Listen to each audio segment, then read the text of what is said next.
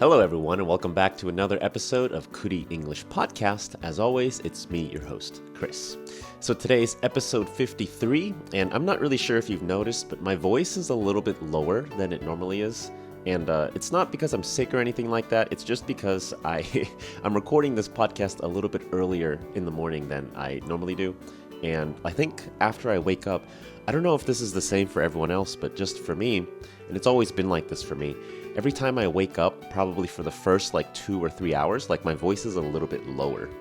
And then, as the day passes and it's in the evening or something, then my voice kind of returns to normal. And I might also sound a little bit more nasally. So nasally meaning it sounds like more my nose is kind of stuffy or something like that. But it's actually not because I'm sick. So I promise you I'm feeling fine. And in this episode, I want to talk to you about, my recent trip. So I took a solo snowboarding trip. Solo meaning by myself, and then I went snowboarding at this place called Shiga. And it's a little bit later in the year, so it's not really the main ski season. The main ski season is during normal winter time, maybe December or January, February. Even March is kind of ski time. But then in April, things start to change, and the prices go down, but the snow also goes away.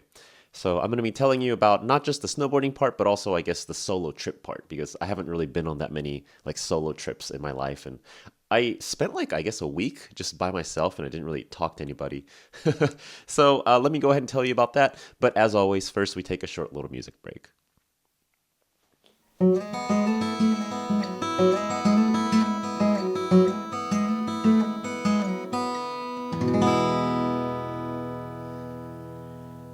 Okay, so let's go ahead and talk about the stuff.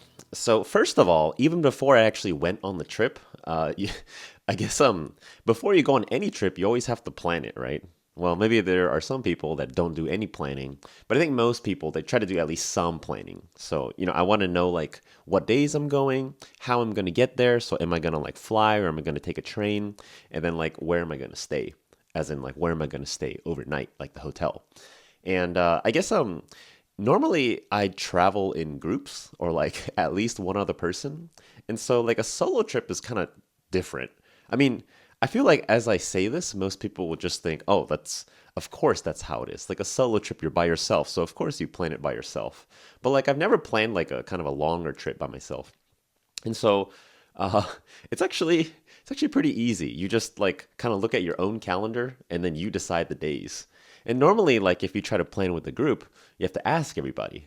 And so, if there's one other person, you got to ask that person, hey, are you free on, I don't know, April 8th or something? Are you free on the weekend of April 12th? Or you have to ask, and they have to respond. And they'll say oh, I'm not free the 8th, but I'm free the 12th or something like that. And then you have to kind of pick a time that works for everybody. And it's so much harder if you have a bunch of people. If you have I don't know, 4 people or 5 people, then you have to double check, okay, does this work for everybody? And you have a group chat, and you have to wait for people to react with a thumbs up, or they have to say some message. It's kind of annoying. But I guess if you're traveling by yourself, you only have a group of 1. So you just talk to yourself, and then you say, oh, do I want to go this week? Do I want to go next week? And then whoop, and then you're done. Oopsies, I hit the cord. So that's pretty easy for the timing stuff. And then I guess I don't know, I feel when I plan trips, I feel I have to put a certain amount of effort. So if I don't put enough effort, I feel I'm not doing my job or something. So if there's a group of people, then I'll try to look up stuff a little bit and then suggest a couple things. That way I'm contributing, because I don't want to be a freeloader. A freeloader being someone, meaning someone who just doesn't do anything and then other people do stuff for them. But so I planned the days of the trip really easily, and then I was okay, well, maybe I have to do more work planning, because something about me feels bad if I don't do enough planning. So then I was looking at a lot of I guess different hotels and places to stay. And normally I don't look that much, but I think just because I felt I had to do something, I looked at a bunch of different places. And then I finally picked this place that was apparently it's a ski inn. So ski inn, I guess it means that the hotel or the place that you're going to stay, it's so close to the snowboarding area, to the ski area, that you can just walk from your hotel, and then you can start snowboarding or skiing. So that's called ski in, ski out. And it means you can kind of ski from the path that you normally ski and then kind of go to your hotel or like the place where you're staying at. So I picked this place that's like a ski-in place, and it was based on the ratings and stuff. And there were a couple other options, but I spent so much time like choosing between them that I think afterwards, I was kind of curious how long I spent looking at it, and I think I spent like 3 hours just looking at hotels or something like that. And then I thought to myself, maybe this is too much. I think in the end, if I didn't spend that much time like looking at this stuff, it's probably also fine. But I really like the place, and it's not even that because I looked at a lot of places, I picked a good place. Like I think a lot of it is just luck. So I happened to pick this place because the pictures look nice. In particular, the buffet. So like, I guess the stuff that I cared about was like location. So I wanted it to be kind of close so that I can go snowboarding. And then I also want it to be like a reasonable price. I don't want to have to pay like twice the price of other places. And also the food. So like I looked at the pictures and it was like, oh, we have like food. So every morning we give you breakfast and it's a buffet. It's not like, you get a small little piece of bread and some yogurt. It's like a full-on all-you-can-eat buffet. And I do like buffets. So there was that, not just for breakfast, but also for dinner. And then, oh man, like when I actually went, let me tell you, the buffet was great. Like I was super happy with the buffet. And I booked it via this app called Agoda. So this is not an advertisement. I don't do advertisements. But like, you have a couple different options for booking things. You can book it directly through the website, which is usually the best. Or you can book it through, I don't know, maybe like hotels.com, Expedia. And then I used this app called Agoda. And Agoda, I also had credit in Agoda. So that's why I booked this one. So I can use that credit before it expires. And then like through Agoda, they had some special deal where they were like, oh, if you book with Agoda, you also get like free meals. So your breakfast and your dinner is included. So no lunch, but you get breakfast and dinner for free, like every day that you stay there. So then you'll never guess what I ate every single day. I just ate at the hotel and I ate as much as I could because it's an all-you-can-eat buffet. And I think at first I wasn't really expecting that much, but the first day I went, it took like 4 hours. Okay, so like I left my door and then like until I actually got to the hotel, it's about like a 4.5 hour trip. And this includes like taking the train. I have to take the train. I have to transfer to take a Shinkansen, and the Shinkansen goes to Nagano. And then in Nagano, then that's where like the mountain is. So then from the main station, I have to take like a bus, and then I take the bus to the place. Then I have to walk from the place that the bus stops at to the actual hotel, and the whole thing takes about like 4.5 hours. But I was a very hungry boy. I forgot what I ate that day. I think I had a little bit of soba, so it wasn't really that much. I had a little bit of soba in between like the transit. So after I got off the Shinkansen and I had to get on the bus, then I had some soba and I'm like, okay, this is probably fine. And then dinner started at 6 p.m. and then I ate so much. I think every single day I ate so much. Normally I don't eat that much, but I don't know. I guess I was just tired from like, taking my snowboard and like my luggage and stuff. That I just ate so much. So then, it was pretty great. So actually, let's take a short little break here, and then I'll come back and I got to tell you about some more stuff.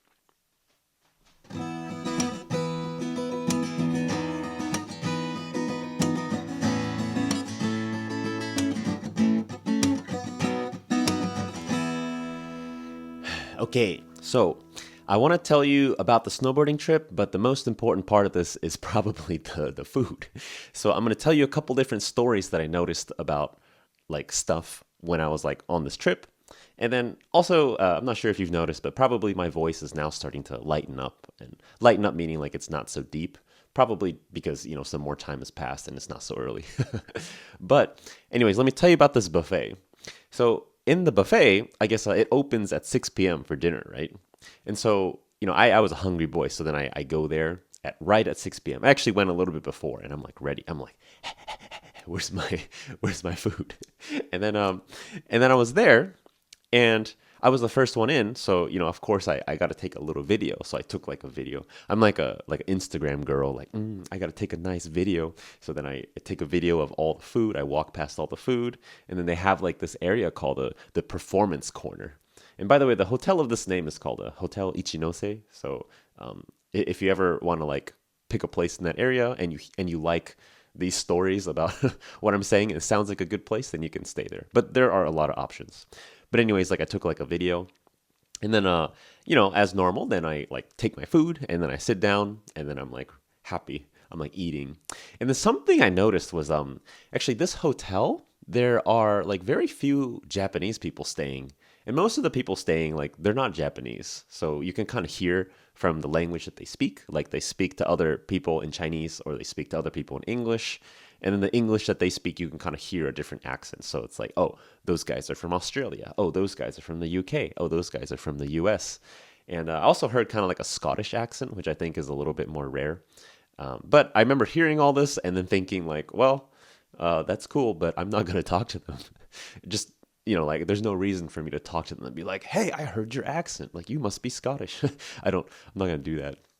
But something that I noticed was because most people are, I guess, foreigners. It's always weird saying that because, like, I am a foreigner. Like, I'm not a Japanese person and I'm living in Japan. But then I guess after living here, a lot of people say, like, Japanese and foreigners, and they're like opposites. But then, like, for me, technically, if I'm in the US and I say foreigners, like, that includes Japanese people. So it's kind of weird for me to say that. But what I mean is, like, non-Japanese people. So this hotel has a lot of non-Japanese people. And then the non-Japanese people, you can see their reaction to, like, Japanese food. So there's, like, the classic stuff. So at this buffet, I think they always had like French fries. So French fries is a universal thing. Okay, so everybody knows French fries. Everyone's like okay with it. Nobody's gonna be like, oh my God, you're eating fried potatoes.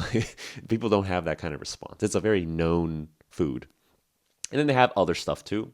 And they have like, this Japanese like steak part. And they have this one section where they just have a lot of like meat. And I guess like, steak or meat is like, I think everybody kind of knows that. Of course, if you're vegetarian, then you don't eat it. Or if you're vegan, you don't eat it. Or maybe you have some kind of like, religious preference where you don't eat it. But like they have steak and then you can see the reaction, right? So I'm looking at this like white family and there's like a white family of like 5 people. And then you can see the reaction across the age groups. So there's like the parents and the parents look at the fries and they're thinking like, oh, I'm not really that interested in fries. I want like this Japanese steak. Oh yeah, Japanese steak. This is rare. And then you look at the kids' reaction, and the kids' reaction is like super easy to understand. And the kids, they look at the fries and they're like, dude, I love fries. And then they take a bunch of fries. And so they have a plate, and it's all you can eat, so you can take as much as you want. But the kid, the little girl, she's probably like, I don't know, 7 years old. And she like took a bunch of fries, and I'm like, oh, I understand that because I used to super love French fries. And if it wasn't all you can eat, I would eat a lot of fries, of course. And then the little girl, she goes and looks at the Japanese steak and says like, oh, okay, it's just Japanese steak, whatever. Fries are better. So her plate is like mostly fries. And then this is a part that I thought was kind of funny. And then they went to this part where it's like the miso soup area. And then they have like this just really big container and it has a lot of miso soup. And there's other toppings like mushrooms and seaweed and then like green onions. Like it's like a pretty classic fancy miso soup. And you scoop it yourself and you put in however much of other stuff that you want. So if you want a lot of mushrooms, you can put more mushrooms. If you want a lot of the seaweed, you can put that. Or, no green onions, you don't have to put that. That's fine. And then so the parents looked at it and then they just like walked past. I think they read it and they didn't even look inside. And then the little girl, she probably, I don't know if she could like read it and understand like the name card that says the actual name of the food. Yeah, I mean, it has like the name of the place and then like miso soup. And maybe she hasn't heard of miso soup before. So then she went to go look at the container and she like opened the container and she looked inside and her reaction was like, oh, like she seemed very disappointed. And then like there's also off to the side, there's like a staff employee and her job is to make sure that all the food is not empty. So if, like all the fries are gone, then she'll like walk past the fries and then she has a walkie-talkie, like this small little phone that's not a phone and says like, okay, we need more fries. And then like somebody will come and bring out more fries. And then so the staff, she saw the little girl's reaction, which was the little girl looked at the container of miso soup, looked inside and was like, oh, and then like walked away without like doing anything more. And so the staff thought that it was empty. So then the staff like kind of runs over to the miso soup and she's thinking like, holy crap, like, we had a lot of miso soup. If it's all empty, that's really bad. Like we got to take care of this. And then so the staff looks inside and sees that, oh, it's full. And then like she looks again at like the little girl And then the little girl, she already went back to the French fries area. So then, like, the staff is like, oh, okay, so this girl just has no interest in miso soup. It's not that the miso soup was empty, it's that she has no interest in the miso soup because she's gonna go get more fries. And actually, if you look at the little girl's plate, like, it's already like more than half fries, and she's gonna get more fries. And then so the staff was like, okay. And then I think the staff member felt like a little bit embarrassed or something, so kind of looked around like, haha, oopsies. And I saw it, and the staff also saw me seeing the staff. But I didn't say anything. I just like looked down and continued eating. But I thought that was pretty funny. But yeah, the food was just really great. Like it was they have a bunch of food, and then they have like a dim sum area. Dim sum meaning like I guess Chinese food, like dumplings, like gyoza kind of stuff. And then they also have like a fruit section where they always have some fresh fruits. So I think they had strawberries like every single day. And then sometimes they had a couple different other fruits too. For example, like kiwis or like pineapples or something. And fruits in Japan are like considered a little bit expensive. It's considered a little bit premium. So of course, I gotta get a bunch. And then they have like yogurt. They have like a little salad bar. They have a bunch of stuff. It was great. Actually, let's take a short little break here, and then I'll come back and continue in a second.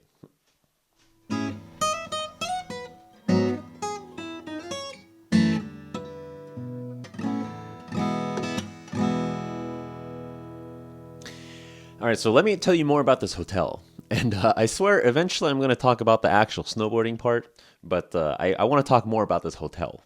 So, so in this hotel, I guess it's because it's a solo trip for me. Then I guess when I go out to eat, well, it's not really out to eat. I like go down to eat. It's on the first floor. But like when I'm leaving my room to go eat or something like that, or if I'm gonna go get like some water, then I'm not really talking to anyone. And that's because, if I were here as a group, if I were here with like my friend or I was here with a group of four people, then probably when I like would go to do stuff, I would probably talk to other people along the way, like talk to my friend while we're getting water or something. But like I would be like socially busy.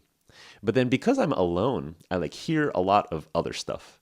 And I think once I went to get water, and I think basically every single time I went to get water, there was this one lady, and she was always like working on her laptop. And I felt kind of bad for her because, she's supposed to be like on vacation at this like retreat in this like hotel, like supposed to be snowboarding. But every single time I went to go get water, I would like see her on her laptop, like working. And then she has a daughter. And then it's always interesting because when I see these kinds of families, like I guess I relate a little bit, where the parents, they are not like native English speakers. They are like, I think that parent was Chinese.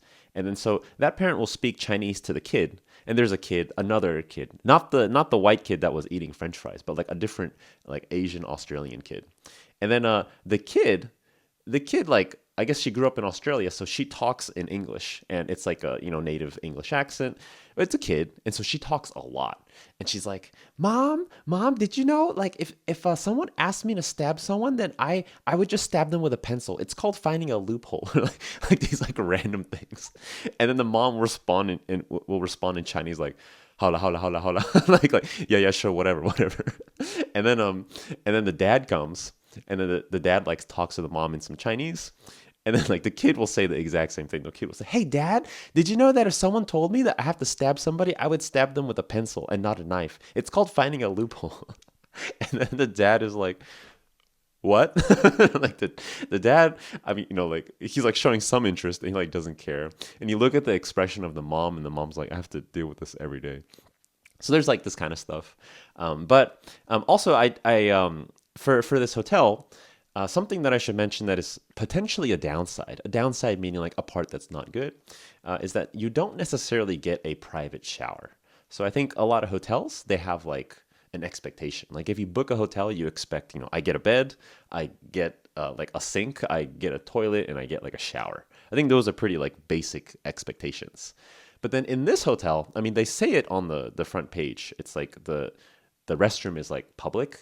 Well, so you have your own toilet and you have your own sink, but you don't have your own shower because they have this like sento in the basement. So sento meaning kind of like an indoor onsen. It's not actually an onsen. It's different, but It's like this really, really big like public bath area. And this is kind of a thing in Asia, I think. Like in Korea, people know it. In Japan, people know it. But it's not really a thing in like in the US, I think. I don't really know why. It's just like a difference. But like I really love the sento. And I think I'm not sure if I've talked about this before. Maybe it was in a previous podcast, probably somewhere in the earlier, like first 10 episodes or first 15 episodes or so. I talked about how my apartment here in Japan, like once I didn't have hot water for like a month. So then for 1 month, I had to go to like the public sento, like to go take a bath with naked old men. And then it's like gender separated. So if you don't know what a sento is, it's like it's gender separated. And then they have these really, really big, like warm hot water baths. And it's like pretty hot. So you go there and then you just kind of relax. And it's different from your own bathtub. I remember once someone was asking at Japanese school, when I used to go to Japanese school, like someone was like, "Hey teacher, like what's so good about the sento? Why can't you just take a bath at home?" And then the teacher was like, I guess it's like because it's just really big. Like your own bathtub, you can like maybe, lay and sit down, but you can't like spread out all your limbs. But at a sento, you can because it's like huge. It's huge. It has a lot of water and the water's like warm. Whereas at home, maybe, messing with your hot water, you have to choose the right amount of hot water. Like you don't want it too hot and you don't want it like, not hot enough. But the sento is usually like just right. It's usually a very consistent temperature. And then you can sit there, relax for however long you want. And then, whenever you're done, you can shower there. But I did notice that in this like a hotel, because it's mostly foreigners, because it's mostly non-Japanese people, like I think a lot of them don't actually like the sento. And I love the sento. Okay, I'm a changed man. I think like 3 years ago, I don't even know if I had been to one before. But then, after living in Japan, it's like I got used to it and it's really nice. I actually like it more than like a shower. Like if I could go every day, then yeah, I'm fine with that. And that's what I had to do in this hotel because they don't have like a private shower. So I had to go to the sento every day. And what I would notice at the sento is like sometimes there's like one other like old Japanese man. And it's always an old Japanese man. There's no like young people that like were there. I think that was just me. But then sometimes you see like non-Japanese people, and they always come in and they're wearing like a swimsuit. So they're gonna like take a bath or a shower, but they want to wear a swimsuit. And there is a sign outside that says like don't wear like clothes. Like in the Japanese sento, you're usually supposed to go butt naked. Butt naked meaning you're not like wearing anything. So no underwear, no bra, no anything. And so I see these people and they come in with like their swimming trunks, like they're ready to swim. You're not supposed to do that, but I guess I don't really care. And then when they go in, you can kind of tell from the way that they like look around.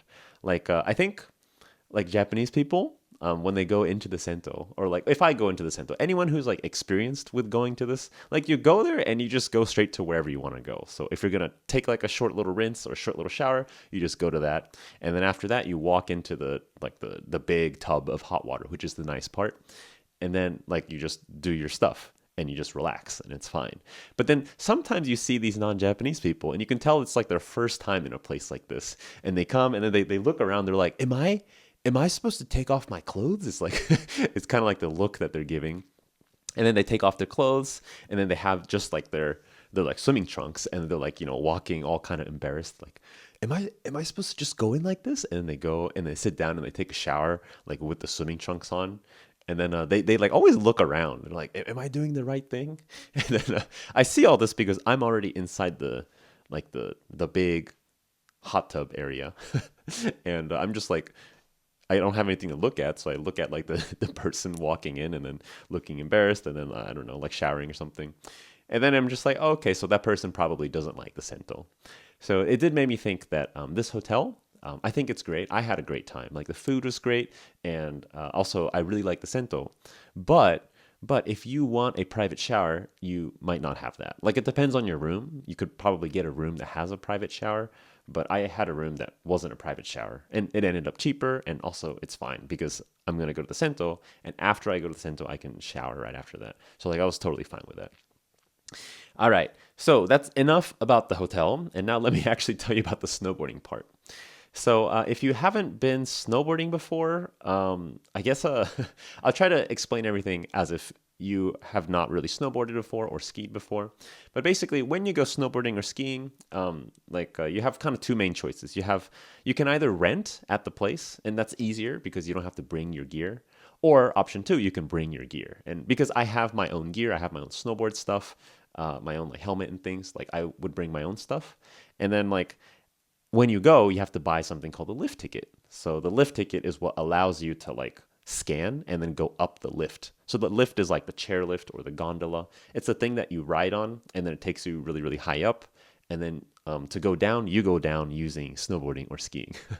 And then, so I think usually most places, when you buy the lift tickets, you have a couple different options. It's like, oh, do you want to buy the I don't know, like the 1 hour lift ticket, which allows you to ride as much as you want for an hour? Or do you want to buy the 4 hour ticket? Or do you want to buy the 1 day ticket? Or do you want to buy like a multiple day ticket? Like you have a bunch of different options. So it's a little bit hard to pick which one's the best. But if you know what your plan is, like, I'm going to snowboard the whole day and then I'm going to go home, then it's probably the 1 day pass is the best. Or if it's like, oh, I have to take the bus in like 4 hours, then, just buying the 4 hour pass is like perfect or something like that.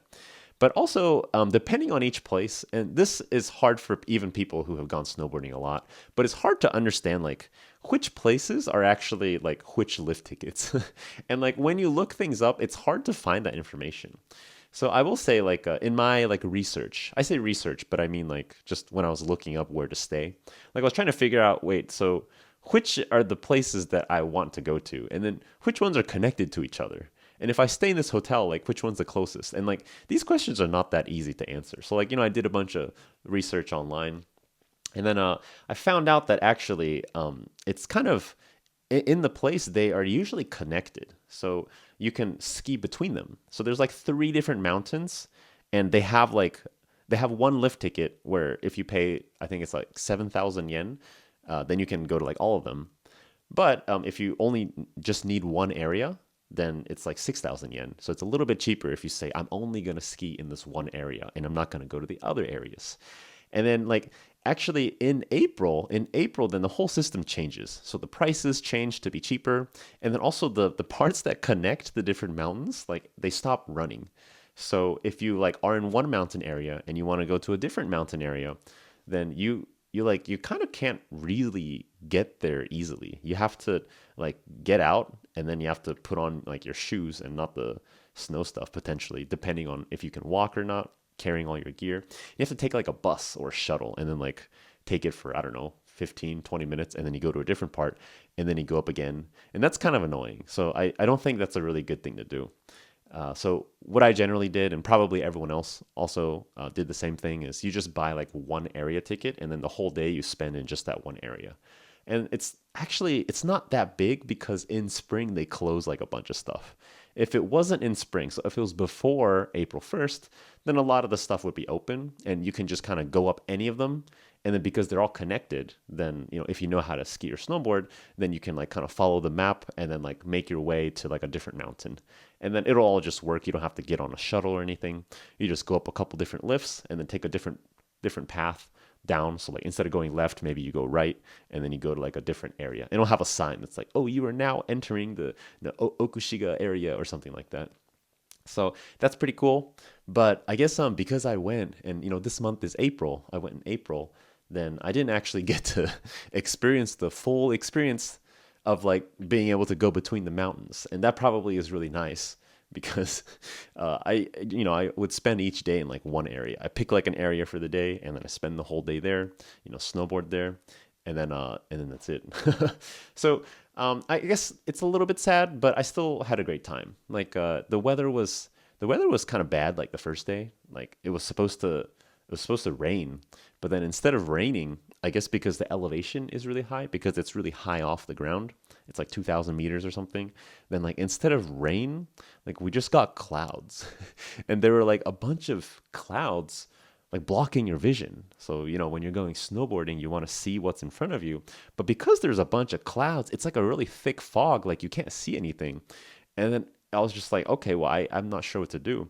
So I think that day, most of the people who were snowboarding, they just like kind of gave up and then went to the restaurant and then like sat there and did nothing because the fog just stayed for a long time. So the first day was kind of tough, but the next 2 days were fantastic. It was like sunny and the snow conditions were better. So you could see very well, and seeing is very important. Imagine like if you're going for a run and you can't see in front of you, like that's really scary. And it's kind of like that, but I guess snowboarding is faster. Skiing and snowboarding are faster than running. So that was a little bit tough. Okay, so actually, maybe that's a good point. Let's take a short little break here, and then I'll come back for the final section.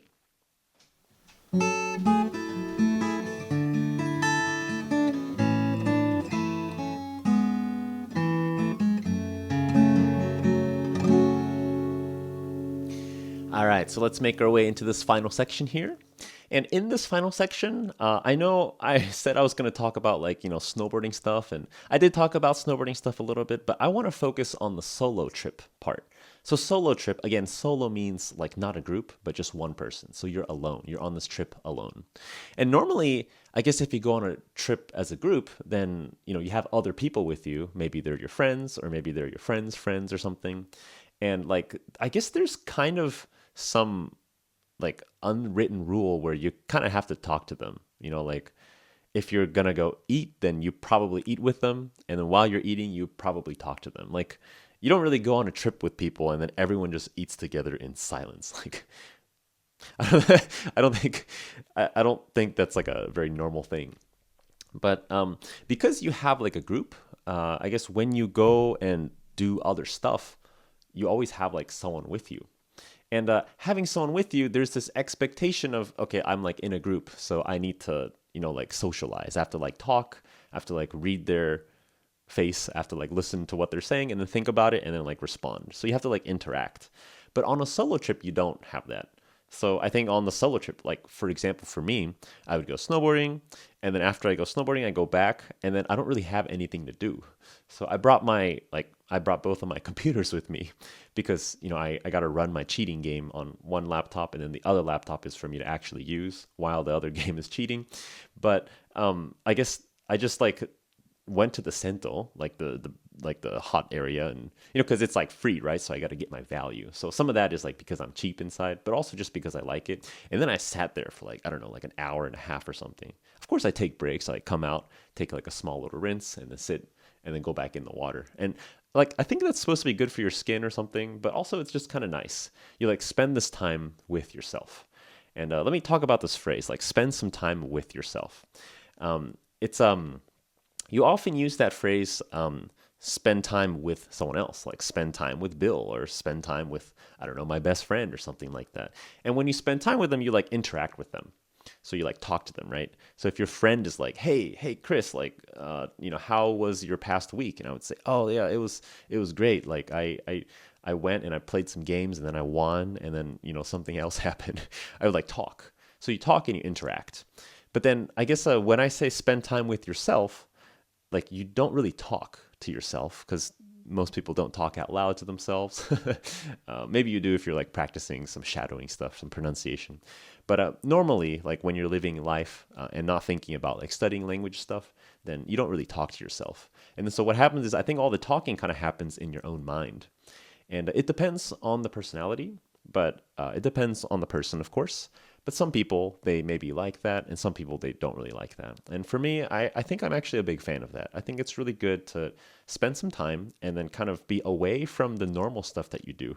So for me, at home, in this home where I'm recording, I often spend a lot of effort and time thinking about the podcast, and thinking about editing, and thinking about the schedule of, oh, okay, so when can I squeeze in another recording? Do I need to redo that? So I'm thinking about that, and then I have my distractions of TV, games and stuff.